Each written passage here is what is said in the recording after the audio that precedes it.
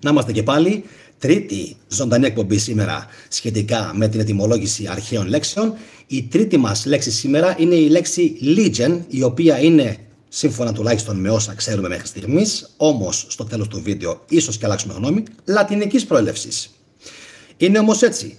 Θα το δούμε σε λιγάκι. Όπως πάντα, κάντε εγγραφή στο κανάλι και like στη σημερινή εκπομπή και πάμε να δούμε λοιπόν από πού προέρχεται αυτή η λέξη και αν τυχόν έχει σχέση με τους αρχαίους Έλληνες. Σίγουρα θα θυμόσαστε ότι σε κάποια φάση στο Ευαγγέλιο υπήρχε η προσπάθεια του Ιησού, τουλάχιστον βάσει όσο μας αναφέρει η Καινή Διαθήκη, να αποβάλει ένα δαιμόνιο και σε κάποια φάση το απαντάει το δαιμόνιο και του λέει We are Legion. Στο μέλλον θα κάνουμε αποσυμβολισμό στο κανάλι του τι ακριβώς παίχτηκε σε αυτή τη φάση, οπότε όπως είπα και πριν κάντε εγγραφή για να δείτε τι ακριβώς παίχτηκε σε αυτή την περίπτωση που πιστέψτε με πηγαίνει πάρα πολύ βαθιά και δεν έχει καμία απολύτως σχέση ούτε με άγγελους, ούτε με δαίμονες, αλλά ούτε και με δαιμόνια. Λοιπόν, τώρα, Legion, Legionarius, Λεγεώνα, Legionarius. Τι ακριβώς σημαίνει αυτή η λέξη και από πού παράγεται? Υπάρχει ένα πάρα πολύ ωραίο σχόλιο του Κώστα Τρικαλίτη, ο οποίος γράφει στο Face: πριν από έναν μήνα μου ζητήθηκε η ετυμολόγηση της λέξης Λεγεών, Λεγεώνα, Legionarius, όπου συζητήθηκε το λατινικό Legio και να ξέρετε υπάρχει και συνάφεια με τη λέξη Legere στα ιταλικά που σημαίνει διαβάζω. Μεταφέρω το εκεί σχόλιο μου. Λέει λοιπόν Λεγεώνα από το λατινικό Legio, Legionis, επίλεκτο, στρατιωτικό σώμα και αυτό από το Lego, Legere, με την έννοια του συλλέγω, πέραν του διαβάζω, ομόριζο του ελληνικού λέγω, με την έννοια του μαζεύω, συγκεντρώνω, συλλέγω, πέραν του ομιλώ, από το οποίο και τα σχετικά σύνθετα παράγωγα, ακούστε, συλλέγω, επιλέγω, διαλέγω, εκλέγω.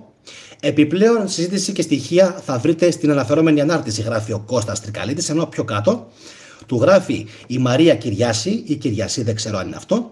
Καλημέρα, ευχαριστώ. Στην ουσία αυτό έψαχνα αν υπάρχει δηλαδή συγγένεια με τη λέξη λέγω, αλλά το επίλεκτο μου φαίνεται παράξενο πώς προέκυψε από το συλλέγω, από το συγκεντρώνω. Ίσως λοιπόν να έχει να κάνει με το γεγονός ότι μάζευαν, επέλεγαν τους καλύτερους, πολύ πιθανόν, οπότε αυτό σημαίνει κιόλας συγκεντρώνω, επιλέγω, διαλέγω αν θέλετε, και κάπως έτσι από αυτήν τη συγκέντρωση προκύπτουν και οι λεγόμενοι επίλεκτοι. Άρα στη Λεγεώνα δεν μπορούσε να πάει κάποιος ο οποίος ήταν άσχετος ή ο οποίος δεν ήταν πολύ δυνατός και έτοιμοπόλεμος. Πήγαινε μόνο κάποιος ο οποίος ήταν επίλεκτος, τουλάχιστον στρατιωτικά. Επίσης το λέγω, το έχω δει και ως στρατοπεδεύσω, γράφει η Μαρία. Θα βρω την ανάρτηση, ευχαριστώ και πάλι, ενώ πιο κάτω ο Κώστας απαντάει και γράφει επίλεκτο. Δείτε λίγο πώς δουλεύουν οι προθέσεις στα ελληνικά, είναι τρομερό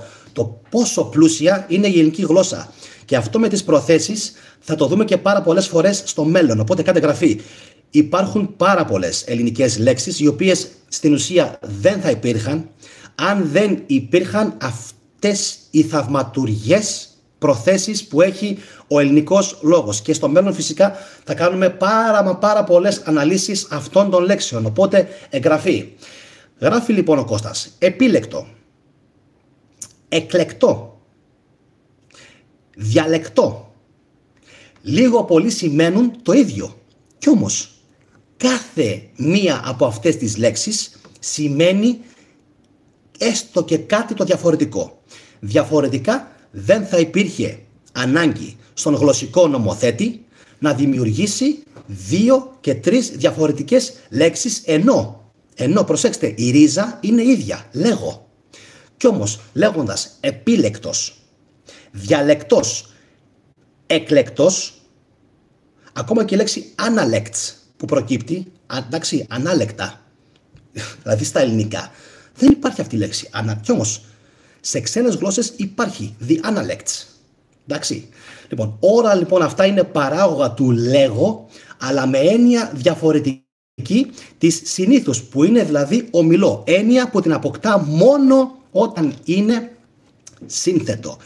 Και σε αυτό θα ήθελα να προσθέσω μια πάρα πολύ ωραία παρατήρηση που κάποια στιγμή είχε κάνει ο Nobody, ένας φίλος του καναλιού, ο οποίος μου είχε πει κάτι το απίστευτο. Βέβαια δεν ξέρω αν είναι ακριβής η ετυμολόγηση που έχει γίνει σχετικά με τη λέξη religion, δηλαδή η επανάληψη της λεγεώνας, δηλαδή η νέα λεγεώνα.